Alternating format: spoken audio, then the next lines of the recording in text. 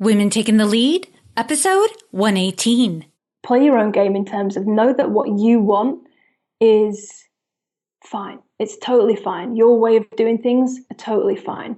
And just be comfortable to do what you want. Trying to be incongruent and do what you think other people want you to do is just a source of massive unhappiness. So play your own game, do something that feels aligned with you, and you'll be happy.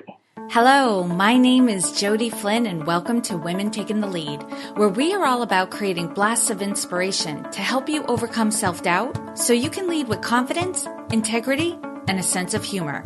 Head over to womentl.com/recognize to reserve your spot in our upcoming webinar on how to be recognized and rewarded for the work you do. Now, your future awaits, so let's get started. Hello, everyone, and thank you for joining us today. I'm here with Vicky Murgatroyd, who is a mindset coach and transformation specialist. After losing her mom and finding her partner was cheating on her weeks later, she lost herself completely. Discovering the world of personal development, Vicky finally owned the responsibility she had, both for her failings and then for her potential, and now shows other entrepreneurial women that self-awareness and self-knowing are the only way to success. Vicky, thank you so much. And for those of you who are listening, I just want you to know Vicky is at 1:30 in the morning where she is. So Vicky, really thank you for staying up late to do this recording and share your story with my community. I know you have a lot to share, and I've only shared a little bit about you. So if you could give us more about you and your own humble beginnings, that would be great. Awesome. Thank you very much for having me here, Jody. So to share, a little bit about where things kind of started off for me. And I think it was the kind of necessary transition through the bad that allowed me to find the good, but I didn't necessarily know that at the time. But my mum had been sick while I was at uni throughout the 3 years of my course there. And unfortunately, when I was in my final year, she passed away.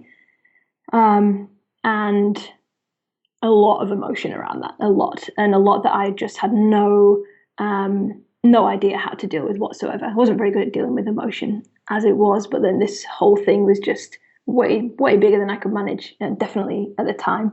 And then when I came home and found that my partner had been cheating on me, I kind of went into that stage where you sit on the couch and the world just kind of moves around you, and I would just sit there. And my dog, very loyal, would just sit next to me, but there was just nothing, nothing kind of penetrating in, nothing, no me in there at that time. And it makes me quite emotional thinking back about it. Because I was at uni, we would go out and drink fairly often. Very quickly, I realized that was a way to melt down in tears and have everything come up for me. So that became a avenue not to go down. And unfortunately, through choices of my own, I discovered drugs were a good way to switch my brain off at that time, and that I could look happy, that I could appear happy. And that was all I wanted, was for people to think, yep, I'm okay. And I was failing in doing that by myself. And then suddenly this external thing gave me that facade, I guess, that ability to look okay, to be part of the party and part of the fun again.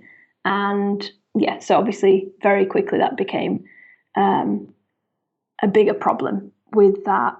I became very reliant on it, and became that I was doing it every day, and it was just a way for me to feel something, for me to switch off and not deal with that emotion.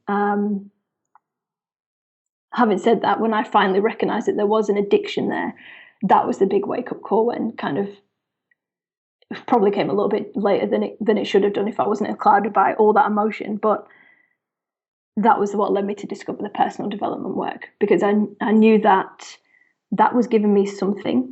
The drugs, was giving me something that I didn't have, or I wasn't connected to in myself. And again, this is probably me talking with some very very beneficial hindsight, but it gave me that the personal development work, gave me that, I guess, that connection back to myself, where I could start to work things out, so I could start to feel and know that it was okay to feel and kind of start to let it in. And then I guess how I always liken it when I'm speaking with people is so many people are trying to escape themselves in whatever way. It doesn't need to be drugs. It can be TV, it can be food or alcohol or whatever it is, but it's that whole denial of yourself, that wanting to escape from the reality that you've set up for yourself, because you don't know how to make you be able to cope with it. So that was my entry into the personal development world. And yeah. Wow. Thank you so much for sharing that, Vicky, because I think you're absolutely right. It is becoming very prevalent. I don't know that it's growing. I don't know the statistics on it. All I know is right now it seems like first world countries, we are so addicted to things that help us escape reality, escape emotion, escape stress. You see a lot of coping going on, and I do too, all around me. And I do a little bit myself. I'm certainly not perfect with this, but when I hear the number of people who tell me that they're on anti-anxiety medication or antidepressants, or, I see how much they're drinking or the food and even exercise. I know some people who are so stressed out and they exercise for hours, every day. And, a lot of it is, like you said, just running from ourselves, running from emotion, running from what we're dealing with. So it's really great to hear that you found personal development, and that's what helped you find your way back to yourself. And I think there are definitely going to be people who are listening right now who are going to be interested in what you have to say coming up, because I think we're all on that journey to, deep into it, or just starting it, of trying to cope and find more happiness. So let me lead you right into the next question, because clearly you have come a long way. I mean, your story, oh my God, I think we've all been there at one time or another where we just felt numb, like the world was just moving around us and we were not really participating in it. And now you're out changing people's lives, and how far you've come. So take us next to a time when you were playing small, when you undervalued yourself, or you didn't realize how capable you were. Share with us that story and the lessons you've learned. That's a great question. Really good question. I like that a lot. Very thought-provoking. I would probably say this playing small thing for me takes me back to probably where it all began. So I had a group of friends who I was particularly close to, also I thought, at school. And one of them in particular started the whole, girly bitching and all that kind of stuff. And at first I kind of thought, oh, that's okay. And then as it continued and as it got worse, and I suppose she was probably just trying to garner a reaction, which certainly worked.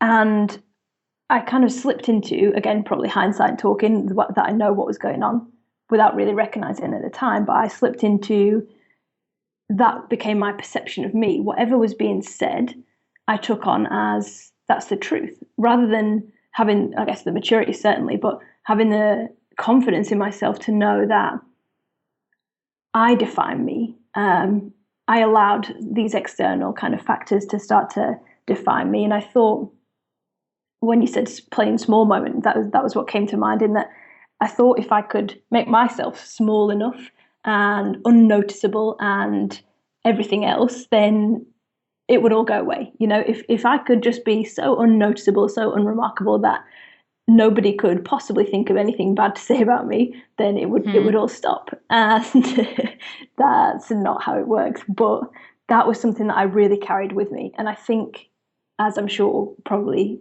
you can appreciate, when you start a business, all of your stuff is going to come up to face you. And this was a big thing for me, because I had to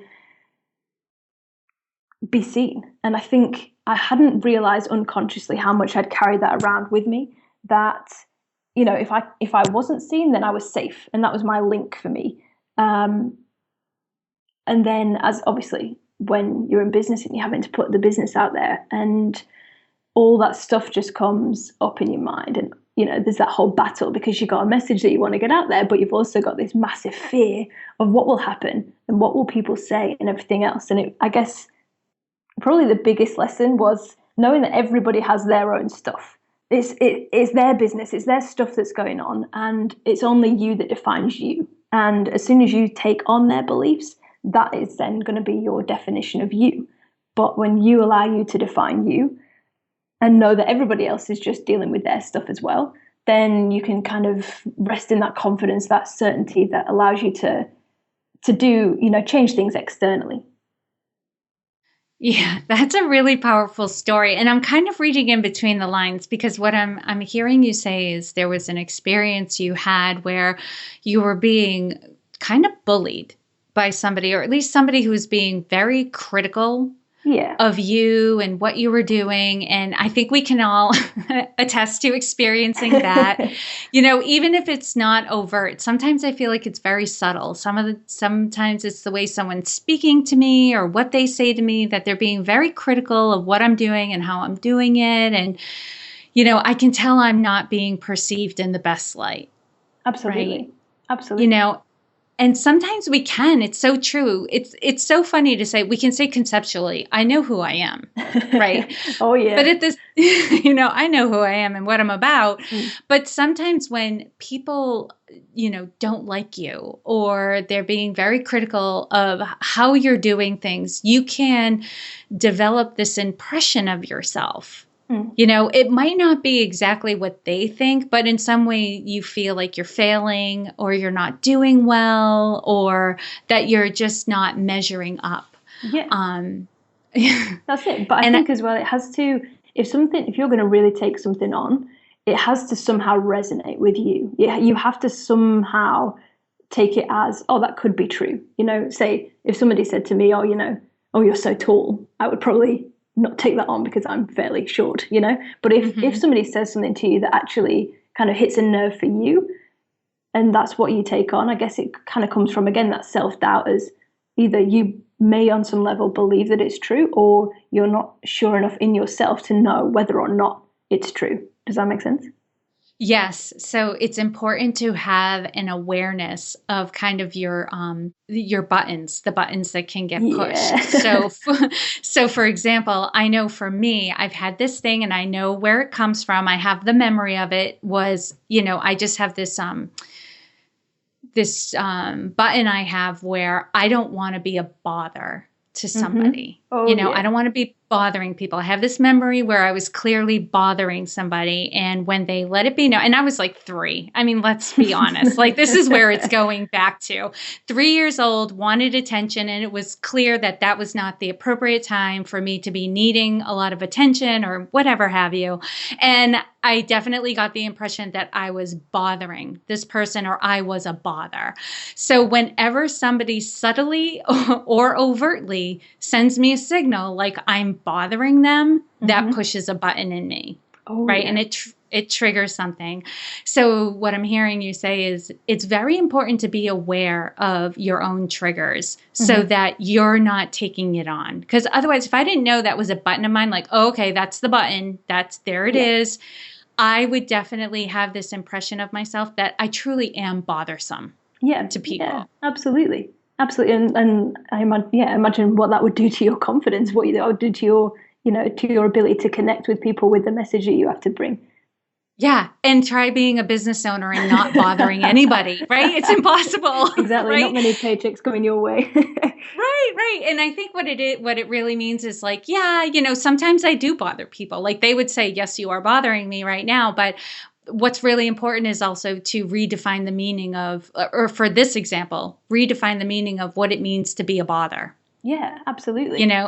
So I'm much more comfortable with it because I know if I don't at some point, cross that line, I'll be playing it safe to the point where I will make no impact on the world. Yeah, exactly. So it's taking the risk. And sometimes somebody will say, like, look, you're bothering me. And I will be like, I am so sorry.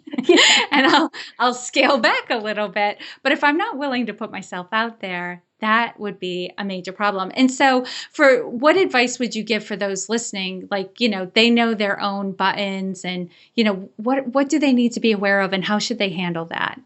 I guess, yeah, exactly what you said so a lot of these things are buttons, as you put it. I like that. A lot of them operate on such an unconscious level that they just run us without us being consciously aware. But as you say, when you bring that to your conscious awareness and you can say, oh, that's just what that is, it loses a lot of its power. It loses its control over you, certainly. So I guess that internal recognition of what's going on for you, just notice your own buttons and just tune into it. Your conscious awareness is such a power for you. Mm-hmm. Awesome. All right, Vicky, now share with us a time in your journey when you had a wake-up call or a light bulb went on. For some people, it's a moment, and for others, it happens over time. But take us back to a moment and share with us the steps you took that led to your success. Awesome. I would say probably my biggest aha moment was when I had my first kind of process done in the personal development world. So it was, I had timeline therapy. So it was all about, just as you said before, when you went back to that first event, when you kind of made that decision that you were a bother. I guess it's that process, but it's with specific emotions. So you go back and you clear the emotions. Now, in the state that I was in, I was still very highly desperate to hold on to everything. I didn't know how to let the emotion go about everything that had happened with mom and the addiction and things like that. And so holding on to it for me became the safer option than potentially letting it go and losing my mind. I felt like I had nobody to fall back on. So if I let my stuff go, then there was nobody to pick me up. So that was my thought process in that. But luckily, a very good friend of mine was a practitioner and she walked me through with absolute patience. So all credit to her, this process to let go of the emotion. And we were in my house and I remember very clearly being sat on the living room floor and just fighting very hard to hold on to this stuff because, as I said, I didn't know how to let it go. And then getting over that boundary and finally allowing myself to release the emotion. And it was literally like my whole body just kind of sunk into the carpet. And we did that for a few different emotions, for kind of your anger, sadness, fear, and guilt. And yeah, it was emotionally absolutely draining because it was things I hadn't wanted to look at for fear's sake. But it wasn't until about a week later when I really had that moment where everything collapsed into kind of a new format of reality. Is probably the best way I could think to describe it. But Leanne, the woman who did the process with me, she said, "You've been different this week. How have you felt?" And I remember so clearly exactly where I was standing, and it was like the whole world came in at me. And I kind of looked back in my mind through the week that had gone on, and I was like, I had felt completely different. I hadn't noticed at the time, which sounds ridiculous, but I'd felt different, I'd acted different, I'd certainly had none of the emotional stuff that I'd had going on before. But because the change went on at such an unconscious level, it just allowed me to be again. And it sounds very cheesy when I say it, but it was like that coming home feeling of finally everything falls back into alignment and you feel like you're, I guess, in your body, back to yourself again. And I guess that was the kind of light bulb where I realized that we're not our behavior, we're not our emotions, we are so much more than that. But I guess I'd come to define myself by that for so long. And it was just, yeah, as I say, the whole world kind of came in at me. Mm-hmm. I can imagine. I mean, I'm having several thoughts going on all at the same time. One is, yeah, that makes sense when you're fighting so hard not to feel certain emotions, like you have to deaden all of the emotions. Yeah. To a large extent. And when you allow them to come back in and when you're talking through them, it must have been exhausting. I'm not surprised you say, like, I felt like I was going through the carpet at the end, just like a puddle, is what I imagine, just being wrung out when you finally allow the emotions to come back in and to feel them and talk about them and let them pass through you again.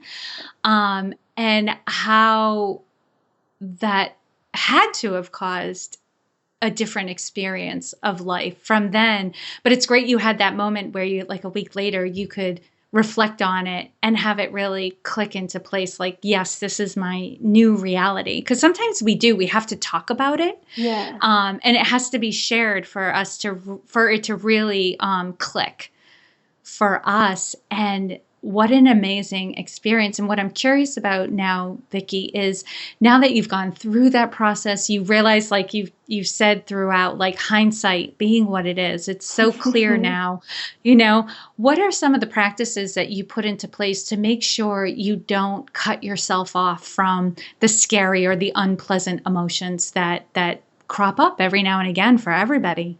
Absolutely. And I guess that whole process of self-reflection again, just checking in with yourself, seeing what's going on. Because I guess in my mind, before I did the whole timeline thing and everything else, I thought if I just held on to it, if I didn't acknowledge it or didn't express it, then it wasn't there. And that ain't right. If you can take the time to tune into yourself, see what's going on, and just view the emotions as sensations in your body rather than giving it a label, or because there's some of the labels that we give to things come with such weight. It's, oh, I feel depressed or I feel anxious. Just tune into what's actually going on in your body. Slow down and get present, because so much of the time our mind's just running off in the future, or it's running off to the past. And to just bring yourself into that present moment where you realize, actually, it's okay. It's all good. I've got this. Right. So to be clear and to expand on that, so when you say not labeling the emotion, but just tuning into what you're experiencing, what you're suggesting we focus in on is like, oh, I'm clenching my jaw, or there's a cold sensation in my chest, or I'm feeling achy. Is it those types of things that you're cluing in on? Precisely. Yeah. Oh, it's just a sensation through my kind of solar plexus area. It feels warm or it feels cold, or just tune into things on the actual level that they are, because we're so keen to label things. And then obviously, then it comes with a whole new set of problems. It comes with baggage. Yeah, it does. And then suddenly that baggage is way heavier than we can deal with. But in actual fact, when you get yourself present and take away all that extra stuff that doesn't necessarily need to be there, you can manage it much more efficiently and much more pleasant for you. Yeah, and it sounds like a more productive way to deal with what's coming at you. Like to say, oh, I have a lot of energy, I'm feeling jittery, and I've got my palms are sweating, rather than to say I'm anxious, like doom. Yeah. Now you've got anxiety and you're dealing with that. To just keep it very in the moment, very tactical, because our minds can deal with that. Absolutely.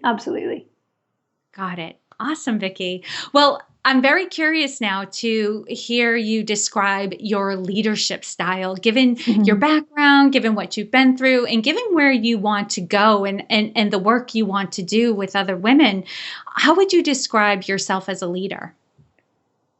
Now, this was something that I struggled with for a while. Now, when we spoke before and you said you developed what you do because of women not believing that they're the leader, and that's why they didn't take the action steps, totally and utterly resonated with me. And I always thought, well, I'm not a leader. And that was definitely reflected back to me by certain people and in certain situations. And I think I had to get a little bit more comfortable with what works for me in terms of leadership. And that took a little bit of time, but I would say I'm kind of play the role of the observer.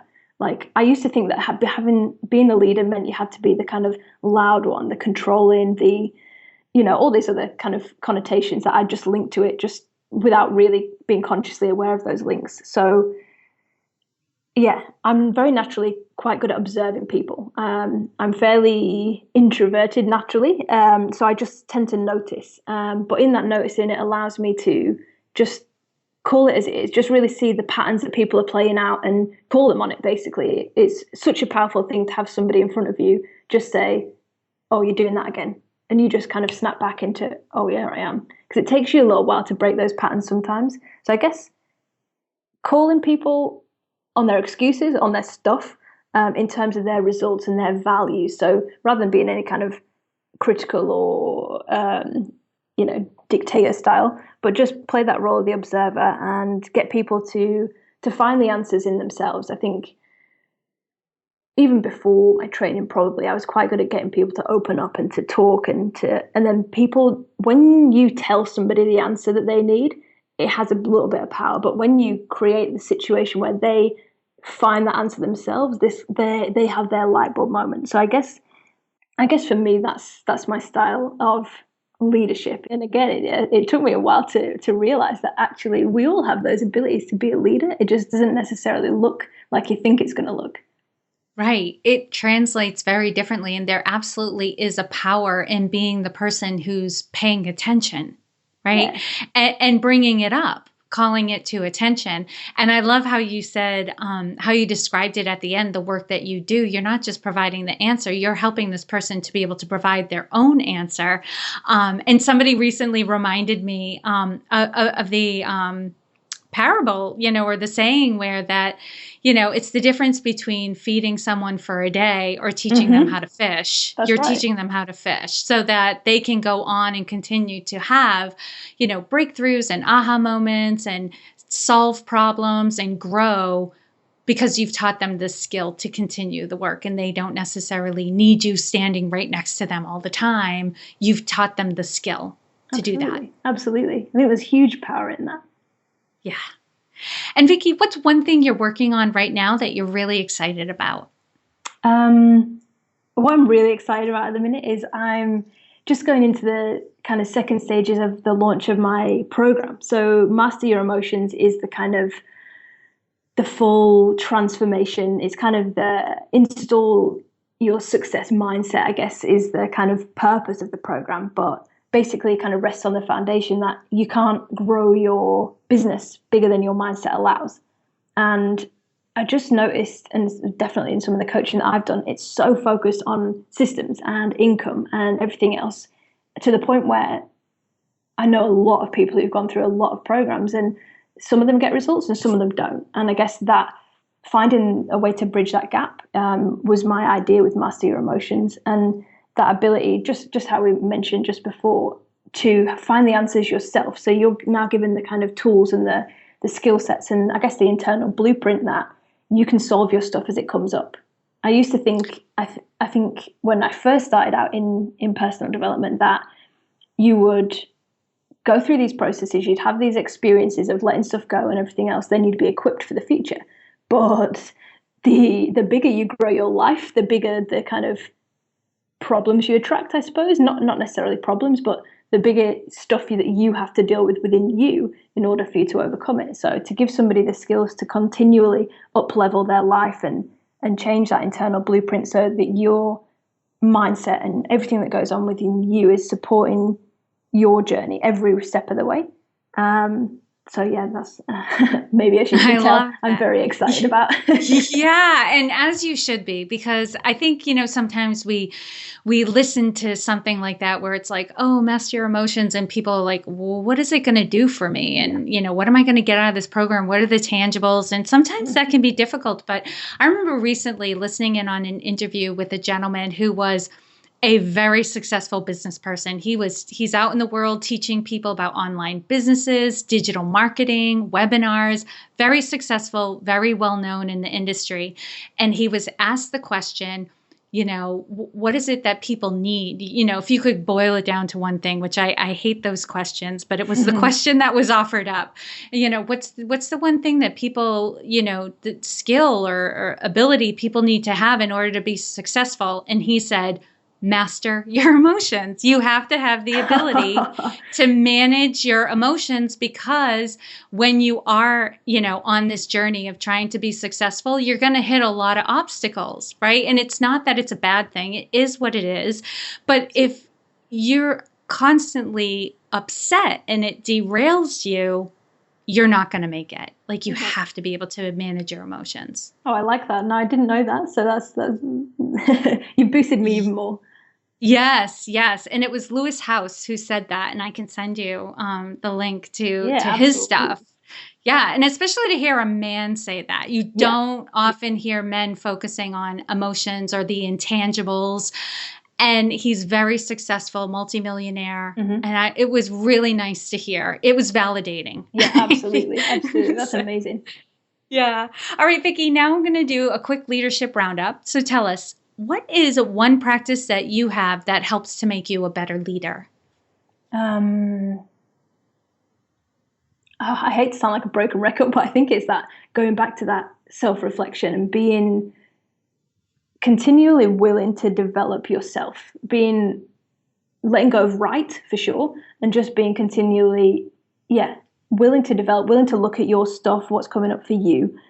Basically, I end up working with a lot of people who are already coaches, but a lot of them who've never had coaching themselves. And I guess my point is that you can't ask your clients to go anywhere that you won't. Now, I ask my clients to go pretty deep, so I have to be, I want to take the lead on that one, because if I go there and I can show them the results, and that can just be an obvious thing for them, it becomes a no-brainer for them. All the other kind of objections just fall away. So I would say that, constantly willing to work on you. Mm. And what is one book that you would recommend to a woman to help her develop her leadership? Now, this isn't directly about leadership, but one of the books that opened my eyes the most was Eckhart Tolle, A New Earth, because the whole ego thing that he goes into in such depth and in a way that's totally unique to him and amazing to him. But the role that your ego plays in terms of sabotaging you is such a powerful book, because if you can control that, you got massive control in all areas of your life. Yeah, that book's amazing. I shared it recently on my own interview.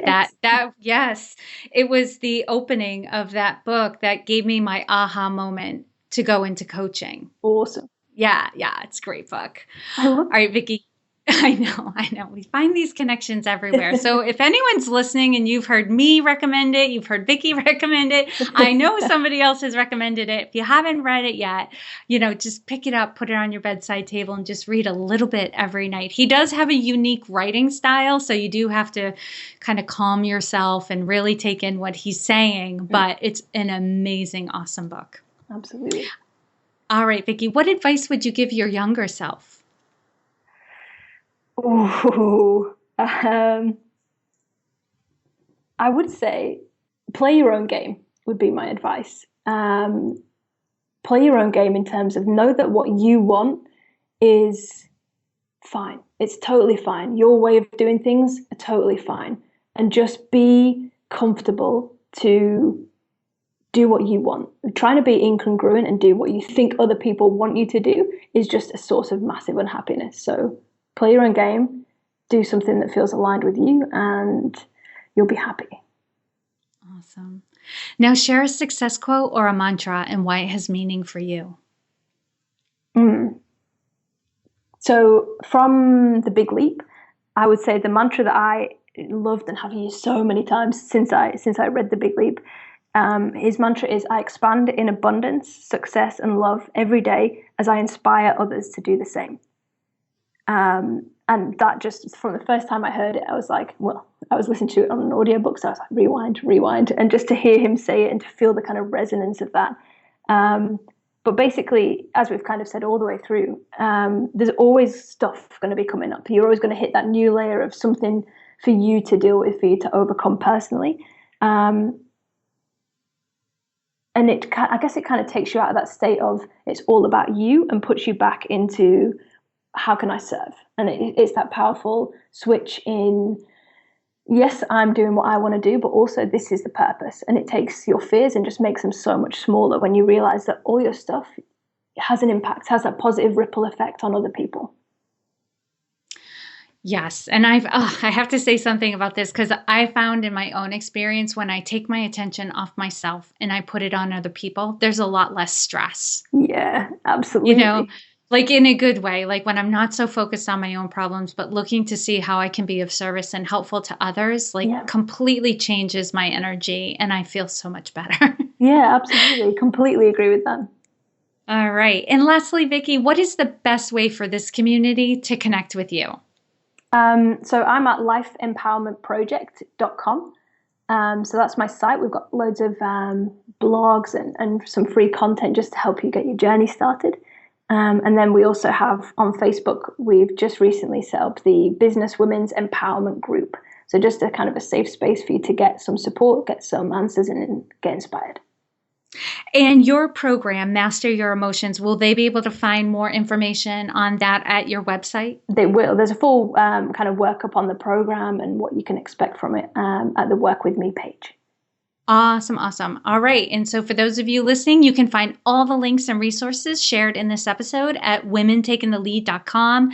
And Vicky, thank you so much for taking the time at like 1:30, 2:30 in the morning to inspire and enlighten us. We are all better for having met you.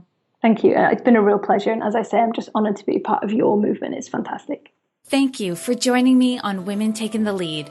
Are you ready to take the lead in your own life? Head over to womentl.com/recognized to reserve your spot in my upcoming webinar on how to be recognized and rewarded for the work that you do. And to strengthen you on your leadership journey, I'd like to send you off with a quote from Marianne Williamson. Our deepest fear is not that we are inadequate. Our deepest fear is that we are powerful beyond measure. It is our light, not our darkness, that most frightens us. We ask ourselves, who am I to be brilliant, gorgeous, talented, fabulous? Actually, who are you not to be? You are a child of God. Your playing small does not serve the world. There is nothing enlightened about shrinking so that other people won't feel insecure around you. We are all meant to shine, as children do. We were born to make manifest the glory of God that is within us. It's not just in some of us, it's in everyone. And as we let our own light shine, we unconsciously give other people permission to do the same. As we are liberated from our own fear, our presence automatically liberates others. Again, thank you for joining with me, and here